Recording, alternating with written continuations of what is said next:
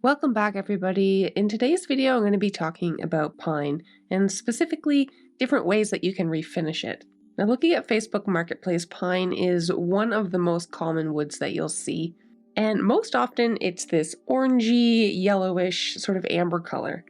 Pine is also one of the most inexpensive woods you can buy, and for that reason, even pieces like this that are in pretty good shape end up getting refinished. In this video, I'm going to be taking these 5 pieces and giving them completely different looks using different tools, different materials, and products. I'm telling you, these are 5 incredible outcomes, and hopefully it will inspire you with your own pine pieces. Let's talk about pine for a second.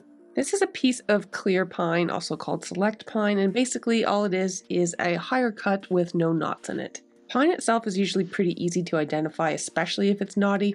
And when there's no knots, there's a couple things to look for. Firstly, when it's raw, when you put anything on it, even water, and here I'm adding a little bit of Odie's oil, pretty much any clear finish is going to turn it a little bit yellow. And that is the natural color of pine when it's freshly sanded and sealed.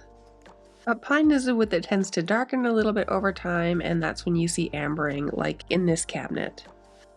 On this dresser, however, this would have been done with tinted top coats and glazes. Pine is often confused with birch, as you can see here. The grain is very similar and the colors are, close until you put them side by side and then you really see the difference. Pine is a little bit more yellow naturally, and even though birch has a similar look when you apply anything to it, it's still just not quite as yellow as pine is.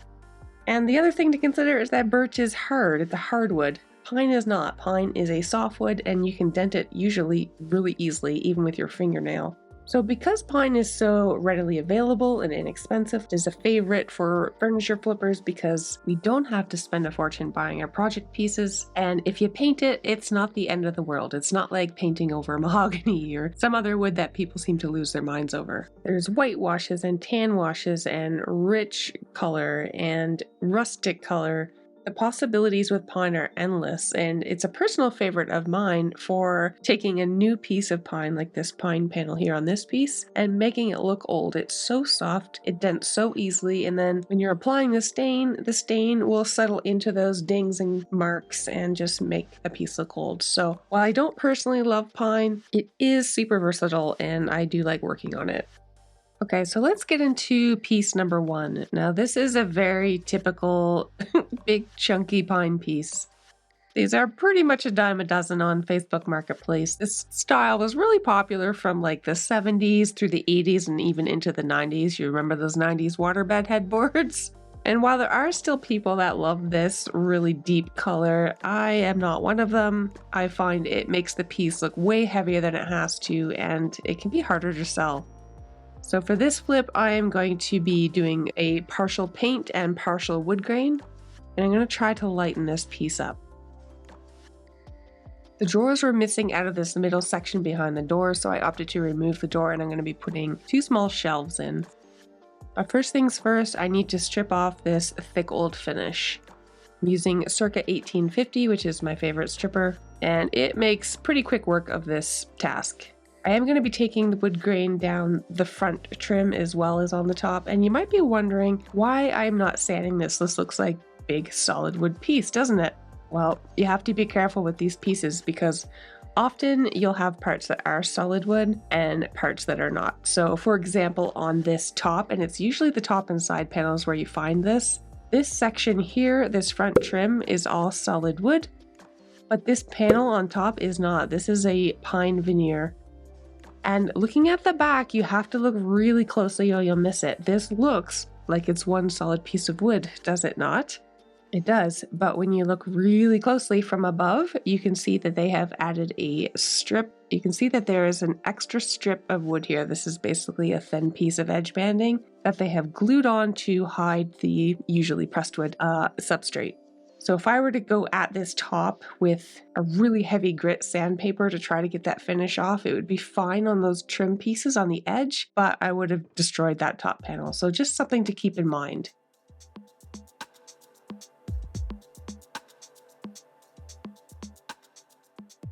So on all of the areas where I'm going to be just painting, I'm doing a little scuff sand here and then making sure to remove all of the sanding dust. You don't have to sand down to bare wood to paint over something like this, but you do want the surface to be smooth and clean. For those two little shelves in the middle, I have this scrap piece of panel here. Now, ideally, I would have had this oriented in such a way that the edge grain would face forward when I put the shelf in. But because I like to reuse things and try to use up scraps as much as possible instead of buying new stuff, these fit perfectly in this way with the end grain showing. This is not what I would typically do, but for this project, that's what I opted for. I just made sure to leave a little wiggle room for any wood movement in this panel, and that's that. So another consideration with pine, especially if you're painting light colors, is bleed through. Pine tends to leach a lot of tannins through the knots, and you can see here with one layer of primer, all these knots are still bleeding through.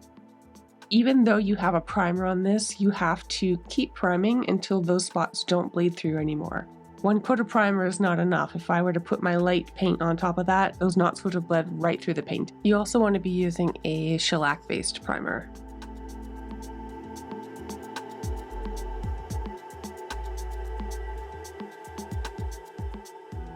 And same thing here, this is one coat. You can see those knots coming through really easily on the base here as well as on the side panels. So I'm going to hit those with a couple more layers. And actually, as I was applying this second layer, I noticed some dings that I wanted to fill, so I did that. And then once that's dry, I'll sand those smooth and do one final layer of primer. I am using Fusion Mineral Paint in the color Cashmere, which is a bit of an off-white. Now here it looks kind of pinky beige, but when it's not contrasted against that bright white of the primer, it actually does look white. For the top, I'm doing sort of a three-part process. The first thing I'm doing is using this Minwax Pickled Oak stain to lighten the top, but I'm going to shift the color slightly after that.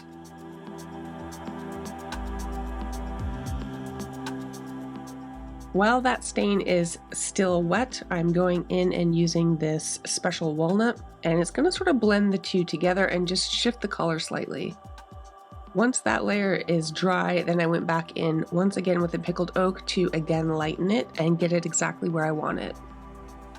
This piece definitely would have benefited from new modern hardware, but as long as the old hardware isn't terrible, I do like to reuse it. It saves money in the flipping process, and also the holes are already meant for that specific hardware.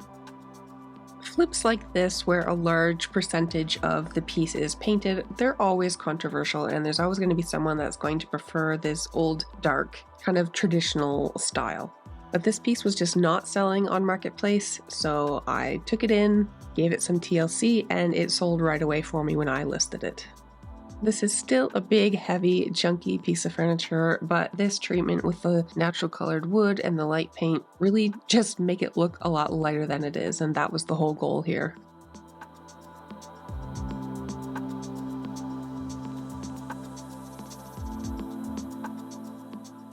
This set of nightstands might seem really out of place in this video because they look like cherry or mahogany or some other dark red wood. But they're actually not. This isn't exactly the same one that I'm looking at, but this is the same finish schedule that is on my nightstands. So big box stores buy furniture like this from manufacturers that use multiple steps to get to this faux hardwood look, but a lot of these are actually rubber wood, and these particular ones are actually pine underneath. It's hard to believe, but you'll see as I'm stripping this old red finish off, you'll see that rustic nature of the pine start to come through. Pieces like this are very common on Marketplace, and usually you can pick up a set of nightstands like this for $50 to $100. Now in my world, because I make videos of a lot of the flips that I do, this is the type of furniture that a lot of people will go crazy over if you paint them. Not understanding that these are mass-produced, made in China, and are not the cherry or mahogany that they are designed to look like. These finishes are usually super thick, because they are several layers designed to mask whatever wood is underneath and mimic the wood grain of whatever look they're going for. Point being, often even with a really good stripper, you'll have to do usually at least a partial second coat of stripper to get this all off. What's kind of funny to me about the people that do complain when we paint stuff like this is that this thick finish is really no better than paint. It's thick and it obscures what's underneath, which is basically what paint does. So I have no problem painting these. However, I am not going to be painting these particular ones. The first layer in a finish like this is usually a dye stain, so you'll see once I get down to the raw wood and start sanding that there's still a bit of a reddish tint. That is not the color of the wood, that is just the dye stain that they used.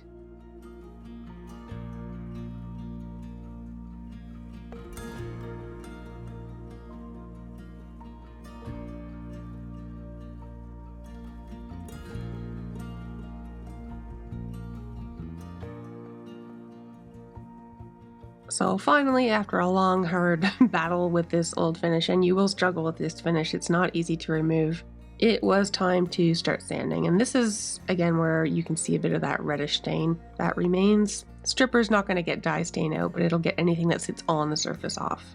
So I'm going for a bit of a burn wood look, like our headboard, which is pictured right here. And I'm going to be using some Odie's oil and pigments to try to achieve that. So grays and browns. Big thank you to anyone who's still watching at this point. Baby Nacho would like to say hello. I thought this would be a fun addition, and it's hard to believe that he was actually this little at one point.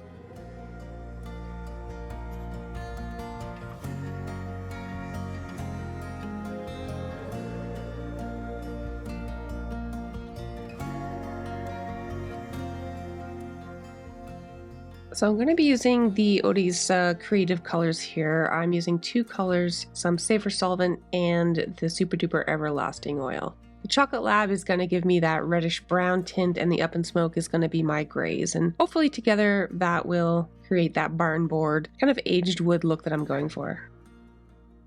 So basically what I'm doing here with these ingredients is mixing myself a stain. The safer solvent added to the oil is just going to help break down these pigments a little bit better, but I'm not using specific measurements here.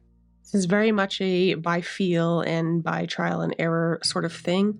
But what's nice about mixing your own stains like this is you can absolutely control it. And I always recommend doing it on a test piece before you do it on the main piece, which allows you to tweak it as needed. You can make it as opaque or as translucent as you want.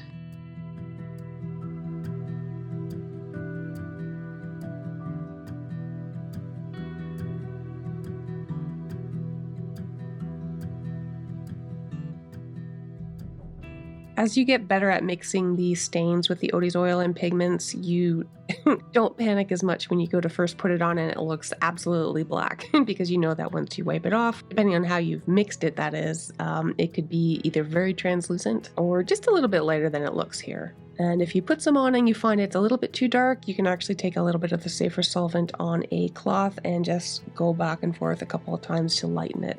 I find this stuff much more workable than a normal stain. The range of colors you can get is just phenomenal. Typically when I do a stain like this, I like to add one extra coat of just the plain Odie's oil on top to seal. And looking back at what we started with, like I said, there's always going to be someone that says, oh, I liked it better before, and that's totally fine, but sometimes it's good to think outside of the box, the big box that is, and try to come up with something unique and original and something that 5,000 other people don't have. Doing custom finishes like this means you're pretty much guaranteed to be the only one to have this exact piece of furniture.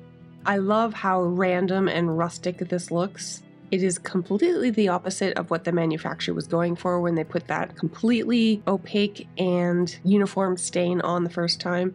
To me, this is just so much better.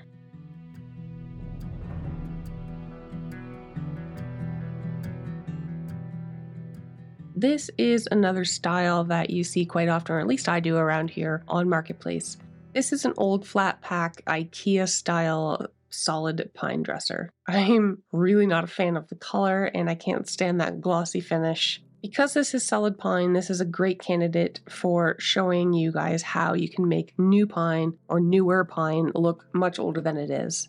This piece is very typical of vintage IKEA with the metal runners on the side and the fiberboard bottoms. But the rest of the piece is actually solid pine. I'm giving these a good cleaning first. It's a bit dusty, and making sure to get those rails nice and cleaned up. And because I'm actually going to be sanding the finish off, I want to clean it first. I don't want to be sanding any grime or oils or old waxes into the raw wood. Now this, like I said, is actually solid pine. You can see the way the grain runs along the top and then down over the side. This is different from the big pine dresser I did a couple videos ago, where I opted to strip the top because there was a big veneer panel. This is solid wood, and I've dealt with this finish so many times, I know that it stands off beautifully. This is knotty pine, so you're going to see a lot of knots and little imperfections. And some of you are going to cringe with what I'm about to do to this very smooth looking wood, but we're going to make this look old and a bit like an old apothecary cabinet. I'm using multiple different tools here to create divots and scratches, faux wormholes. Pine is so soft, a lot of times it's going to ding on its own with just normal wear and tear. We're just kind of fast forwarding here a little bit.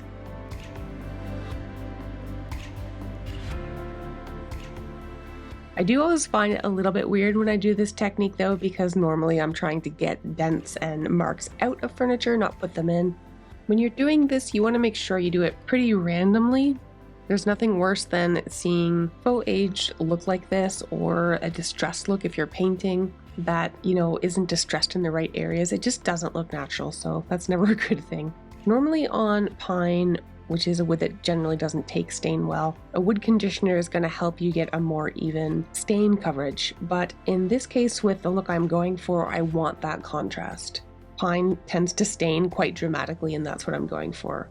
I'm also adding a little extra wear around the edges and anywhere that hands might be, wiping a bit more stain off in those areas, just to kind of help sell this as an older piece.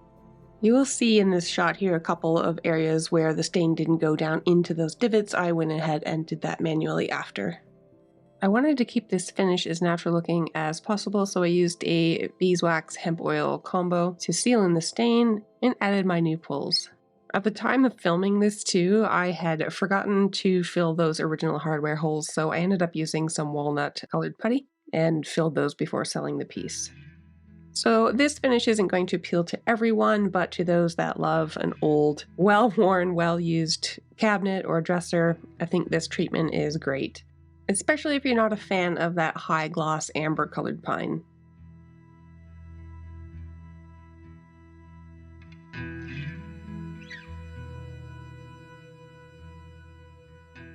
This next piece was actually one of my all-time favorite transformations from the year that I did it. And it too is sort of a faux apothecary, but instead of kind of old and worn, we're going more for warm and well kept.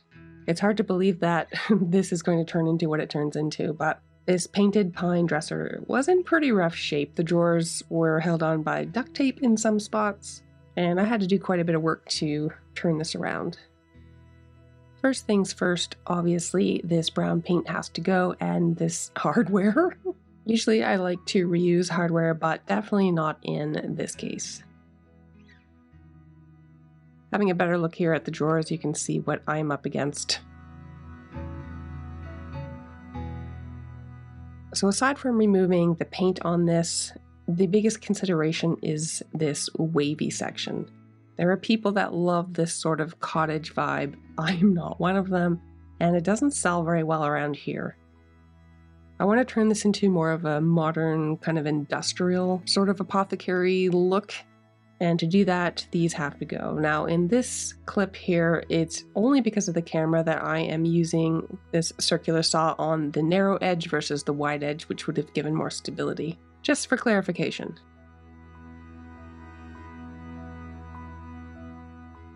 I also had to remove those wavy sections from the rails here in the front, which I couldn't do with my circular saw, so I'm using this oscillating tool to create about 1 million pieces on the floor.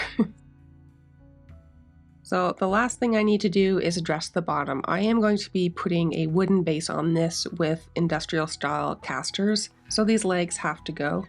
I'm opting to cut these off here so that I get all of the wavy bits off with them. For the platform that I'm going to be screwing the casters onto, I'm just using some pine lumber with some pocket holes. The majority of the weight is going to be carried on where the legs used to be, that corner, so I don't need to have anything too robust here. If I were building a base with legs, or this was a different shape and style, I may have chosen a hardwood like oak or maple. Now, one thing I get asked all the time in terms of paint removal is why I don't use a heat gun more often. As you can see, it works pretty well, but when you're working on older pieces, you don't always know what's underneath, and some of these materials are just not meant to get this hot, and this can happen. God only knows what is in those fumes. So this is the main reason I personally don't like using a heat gun on paints and varnishes. The majority of this flip is going to be wood grain, but there are 3 areas that I'm going to use a little bit of paint. The 2 side panels and a little piece of trim along the front is going to be coal black from Fusion Mineral Paint. Everything else is going to be stained. So as I mentioned, I'm turning this into sort of a faux apothecary cabinet. And to do this, I'm actually going to be using my circular saw, but you can also use a router to create grooves like this. The blade is not very deep, it is extremely shallow, just enough to give the illusion of a break in the drawers without sacrificing the integrity of the drawer. And speaking of drawers, it's time to deal with these drawer bottoms. I ended up pulling all of them off and sanding them down, which is going to remove some of the staining and freshen them up. Put the drawer panel back in and properly nail it in the back. No more duct tape. This took me about 20 minutes per drawer. I'm going to be using a couple different colors of gel stain for the drawers, and the reason I'm using different ones is I want the drawers to look slightly different from each other. Cohesive, but it can sometimes help sell that older, aged look. And I'm also adding these beautiful black industrial casters to the bottom. So something to be aware of when staining pine is something called grain reversal. Now, using a wood conditioner before staining will help minimize this, but it will still happen a bit. What grain reversal is when the stain is absorbing into the softer parts of the wood more than the harder parts of the wood. And in hardwoods, it's not as noticeable as it is in softwoods like pine. I chose not to use a wood conditioner on this because that grain reversal, that crazy pattern it makes, I want to actually maximize it. It's just an aesthetic thing. Not everyone is going to like it. Personally, I think it suits this piece really well. This is one of those extra colors, and I know it looks super weird here, but trust me, it's going to look nice when it's done. I'm going to buff most of it off, and what is going to make this stain really come to life is the next step. Once I have all of the drawers stained the way I want to, I'm actually going to be using a tinted polyurethane. Now this color is antique walnut, and it's a satin sheen. This stuff is super thick, and I don't normally like it in situations other than what I'm doing here, which is trying to give this piece a bit of an ambering effect. A lot of wood tends to amber over time, especially with certain finishes like shellac and even some lacquers. This product I find is perfect for something like this where you want to enhance the depth, give it that amber look, and you can see here the difference. The top has the polyurethane on it, and this bottom section here is just the stain, and it's a massive difference. I'm choosing to put a little bit of a beeswax finish on the top. It just kind of softens that sheen a bit. And the only thing left to do is deal with the hardware. And I'm using some distress inks here. I'm a card maker in my spare time, which is quite limited, but I'm using some of my card making tools here to just age this paper a bit. I also added a little bit of hemp oil inside the drawers just to kind of freshen it up. And I do inside and out and undersides too. Wipe off any excess. And yeah, just attaching the hardware. So looking back at what I started with, I could have stripped the paint off and just refinished this as it is, but I knew that this scalloped edge here was going to be a tough sell. That doesn't mean everyone hates it. There are a lot of people that like this sort of cottage vibe, but not so much around here. This was another one of those pieces that's just really tough to let go of once it's finished. This thing is dark and moody and just completely different from what it looked like before. I love the variation in the color of the drawers. That was intentional, and I'm super happy with how it turned out. I love the casters. I'm so glad those wavy bits are gone, and that hardware I don't believe was original anyway, so I had no problems getting rid of that. Anyway, this is just another way that you can take pine that has been sanded down to raw and fresh and making it look older than it is. In this situation, through color rather than distressing.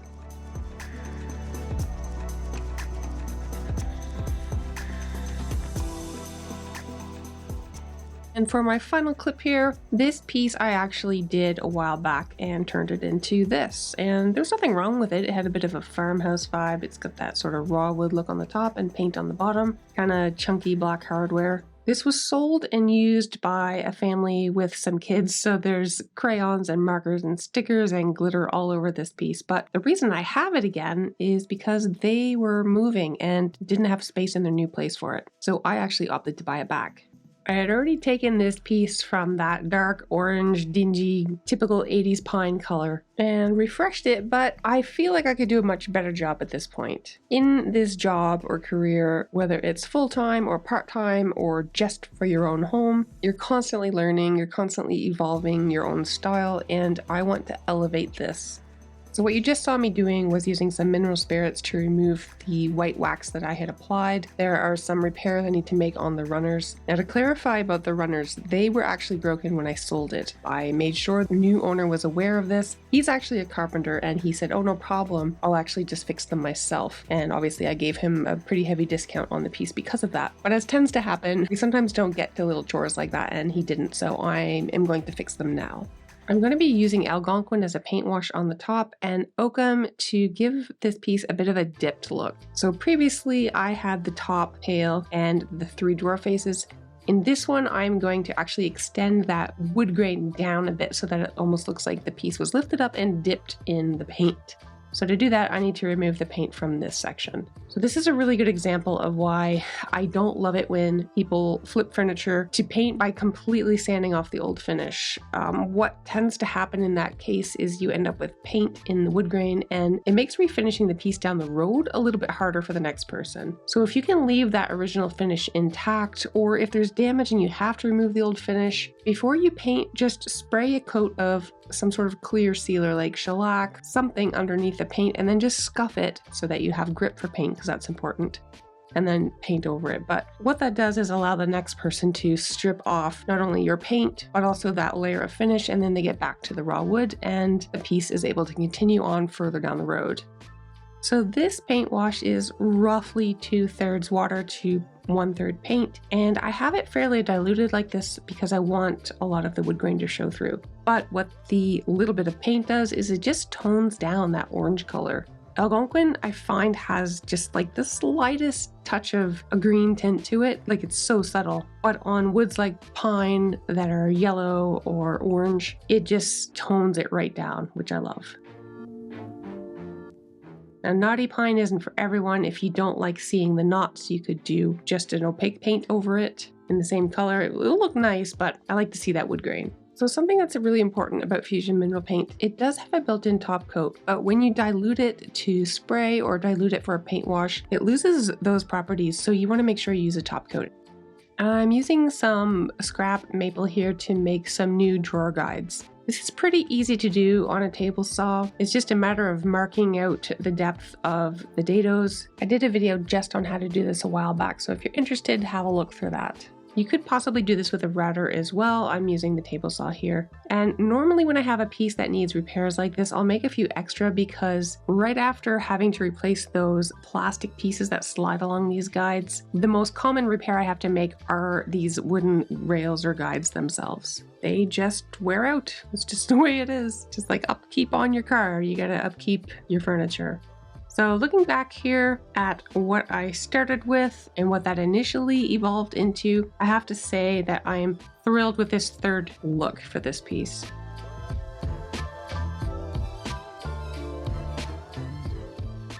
In my opinion, it's just more classy. It's got a really nice modern color scheme, but it's fairly neutral and it would fit in a variety of decors. The drawers have all been redone. There's no more marker or crayon anywhere. And the repairs have been made to the drawer guides. So this is a really solid, beefy piece, but it still somehow manages to look less clunky than the previous iteration did. And then we're not even going to talk about what this initially looked like. I really hope that you've enjoyed this little compilation about a few pine pieces that I've worked on. Pine is one of those woods people either love it or they hate it. I'm on the fence, but when I can do something that's a little bit different with it, then you know what? I think it's an absolutely beautiful wood. And hopefully this has given you guys some inspiration too. I want to thank you so much for watching. I will see you in the next video. And if you want to see more furniture flipping videos, don't forget to like and subscribe and check out this playlist here or this video. See you soon.